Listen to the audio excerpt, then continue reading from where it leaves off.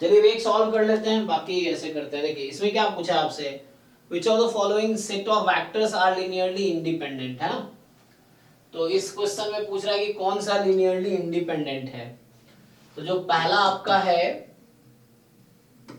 कि 201, तो इसमें सिंपल है ना, आप कैसे चेक करते हैं लिनियर इंडिपेंडेंट। जैसे मान लीजिए आपको डेफिनेशन पता है सर थर्ड ऑप्शन जो है ना, थर्ड पॉइंट, उसको कैसे करना है ये नहीं समझ में आ रहा, लीनियरली इंडिपेंडेंट है या नहीं। थर्ड तो बहुत इजी है। थर्ड में जब दो वेक्टर हो सिंपली लिनियरली इंडिपेंडेंट का मतलब है मल्टीपल होगा तो डिपेंडेंट होगा, नहीं तो इंडिपेंडेंट होगा। तो यहाँ देखिए 1 2 1 है, 2 1 1 है, क्या ये एक दूसरे का मल्टीपल है? नहीं है ना। ये जो V1 है is not equal to C time V2, तो चूंकि ये एक दूसरे का मल्टीपल नहीं है इसलिए ये जो आपका है वो लिनियरली इंडिपेंडेंट नहीं है। तो मतलब क्या बोलना चाह रहा हूं मैं, मल्टीपल होगा तो डिपेंडेंट होगा, तो मतलब इंडिपेंडेंट है, मतलब डिपेंडेंट नहीं है तो इंडिपेंडेंट है। इसका मतलब है अगर मल्टीपल होता है एक दूसरे का तो डिपेंडेंट होता, मल्टीपल नहीं है तो इंडिपेंडेंट है दो वेक्टर। तो ये थर्ड वाला इंडिपेंडेंट है। बाकी वगैरह चेक करना है तो पहले दो ऑप्शन में डिटर्मिनेंट से चेक कर लीजिए। जो पहला दो स्टेटमेंट है हो गए सर मेरे, ये थर्ड का ही मुझे नहीं आ रहा था समझ में। जी थर्ड में जब दो वेक्टर दिया हो तो सिंपली देखिए मल्टीपल होगा तो डिपेंडेंट होगा, मल्टीपल नहीं है तो इंडिपेंडेंट होगा।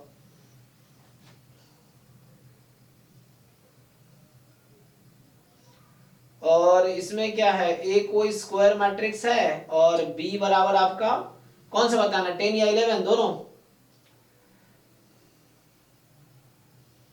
इसमें आपको क्या 10 11 बताने हैं। सो क्वेश्चन नंबर 9 में सर ए और बी में मुझे कंफ्यूज हो रहा है, तो ए और बी ऑप्शन में से कौन सा रहेगा। 9 ये क्वेश्चन नंबर 10 11 भेजा आपने, चेक कीजिए। रीसेंड करती हूँ सर क्वेश्चन नंबर 9। अच्छा 9 ऊपर होगा, एक मिनट, हाँ ना ठीक है वो मैं डाउनलोड नहीं किया था। सो 9 है A B R 2 m cross n matrix, ठीक है।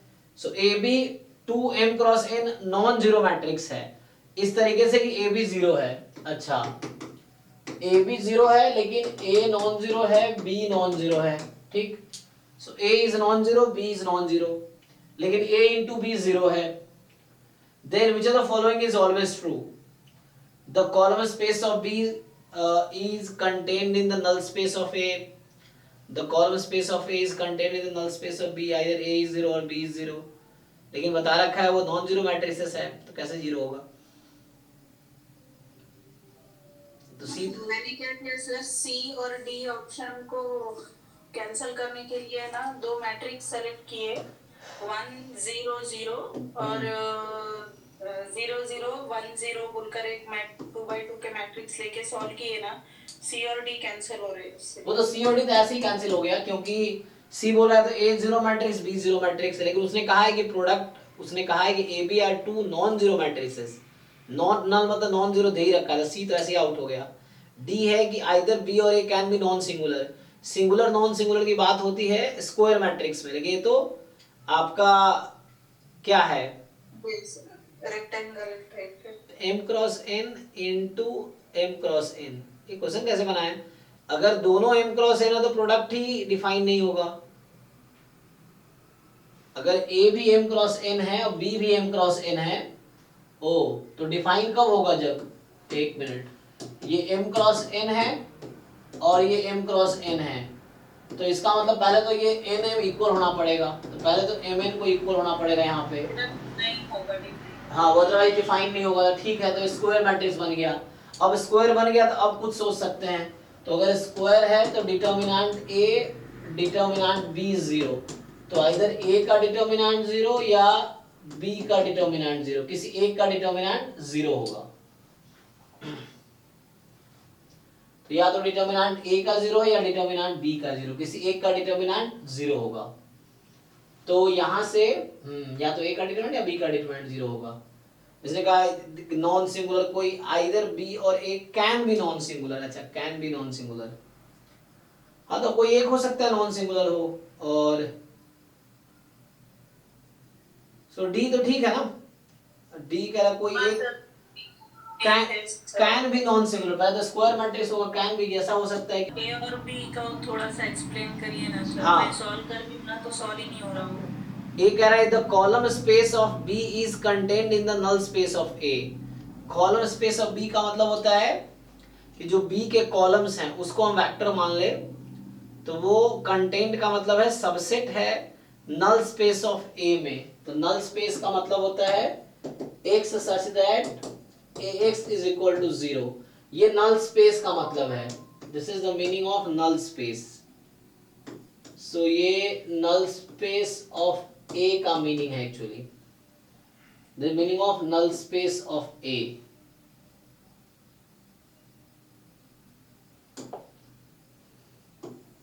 कॉलम स्पेस का मतलब है कि set of linear combinations of columns. Column space का मतलब है, या तो ये समझिए स्पैन ऑफ कॉलम, जो भी कॉलम्स होंगे C1 C2 मान लीजिए जितने भी कॉलम्स हैं, n कॉलम्स हैं, तो ये हुआ। अब बोलना चाह रहा है कि कॉलम स्पेस ऑफ बी जो कंटेंट होगा नल स्पेस ए में, ए के नल स्पेस में। Okay, the column space of A is contain the null space of B. अच्छा, ये उल्टा कह रहा है, ए भी सेम ही बात कह रहा है, अगर ए ट्रू होगा तो बी भी ट्रू हो जाएगा, अगर ऐसा होगा, क्योंकि अच्छा लेकिन यहाँ पे ए इंटू बी है, ऑर्डर ए का पहले है बी बाद में है ना। ओके,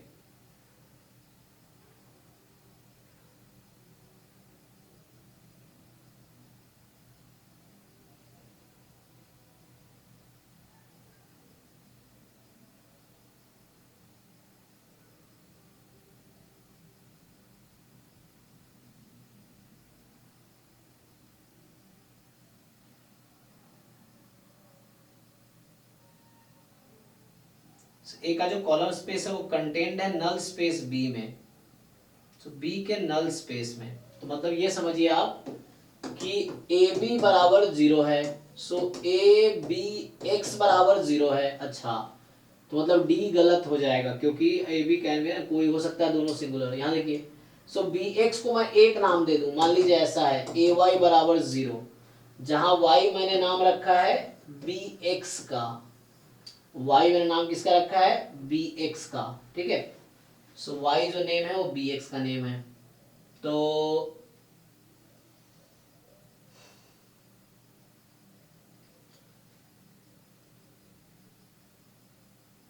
यहां समझिए क्या हो रहा है। तो ये जो लिखा हुआ है ना, this is the null space of A, ये जो लिखा है नल स्पेस ऑफ ए, और वाई जो है वो बी के कॉलम स्पेस में हो जाएगा। बी एक्स को नाम दे दिया मैंने। तो कॉलम स्पेस ऑफ बी, समझिए y जो है नल स्पेस है, और किसका, a का, और y is in the column space, column space of b lies in the null space of a, ये सही है। column space of b lies in the null space of a, a सही है, मतलब a ऑप्शन फाइनली करेक्ट हो जाएगा। ऐसा इसे हो जाएगा क्योंकि x से मैंने मल्टीप्लाई कर दिया दोनों तरफ, तो bx का नाम y रख दिया, तो ये bx y का मतलब यही एक b का कॉलम स्पेस है। So y is the column space of B and y is the null space of A। इसका मतलब ये हुआ कि y is null, y lies in the null space of A, और यहां से ये मतलब हुआ y lies in the y lies in क्या, column space of B, column space of B।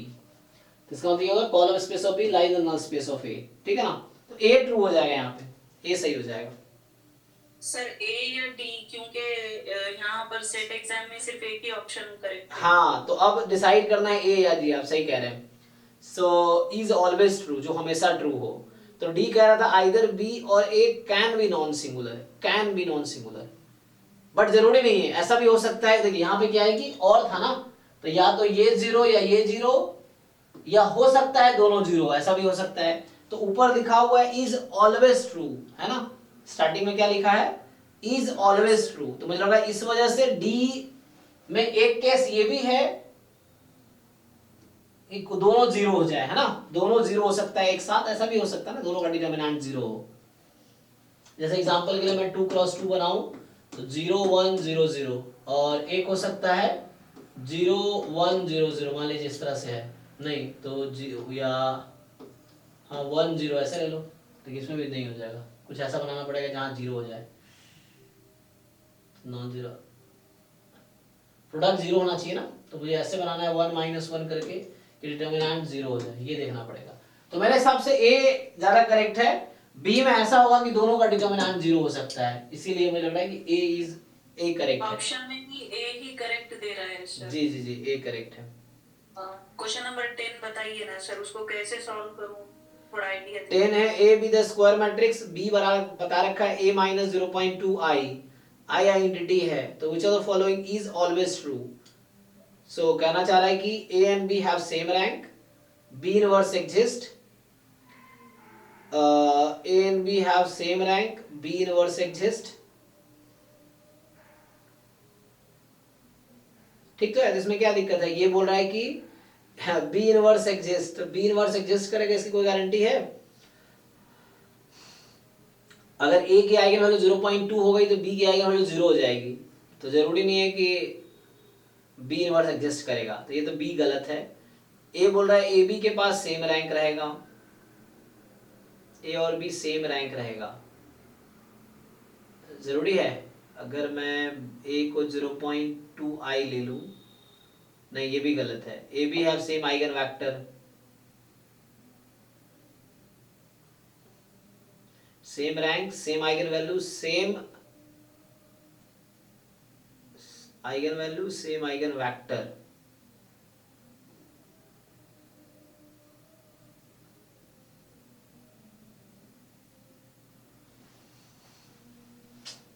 क्या हो रहा है?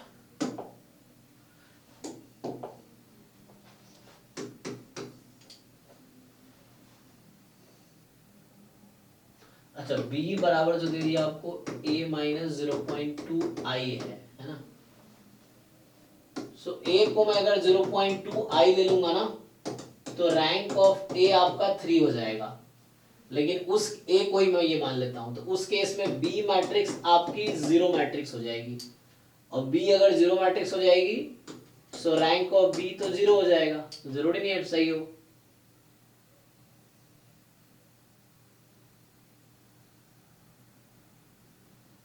B इनवर्स एग्जिस्ट,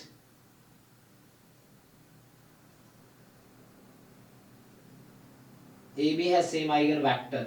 हाँ सी वाला सही हो सकता है, जैसे ऐसा हो सकता है कि ये सेम आइगन वैल्यू, ऐसा तो नहीं है, अगर ए की आइगन वैल्यू लैम्डा है तो बी की आइगन वैल्यू लैम्डा - 0.2 होगी, लेकिन आइगन वेक्टर सेम रहेगा, yes same eigen vector will work, ठीक है ना। अगर ए की आइगन लैम्डा है तो लैम्डा - 0.2 बी की आइगन वैल्यू होगी, बट आइगन वेक्टर सेम रहेगा। तो ये करेक्ट ऑप्शन है, सेम आइगन वेक्टर, सी वाला। ठीक है सर। तो अभी यही स्टॉप करते हैं, ठीक है, टाइम भी हो गया जाने का, तो चलिए थैंक यू हाँ सर। जी।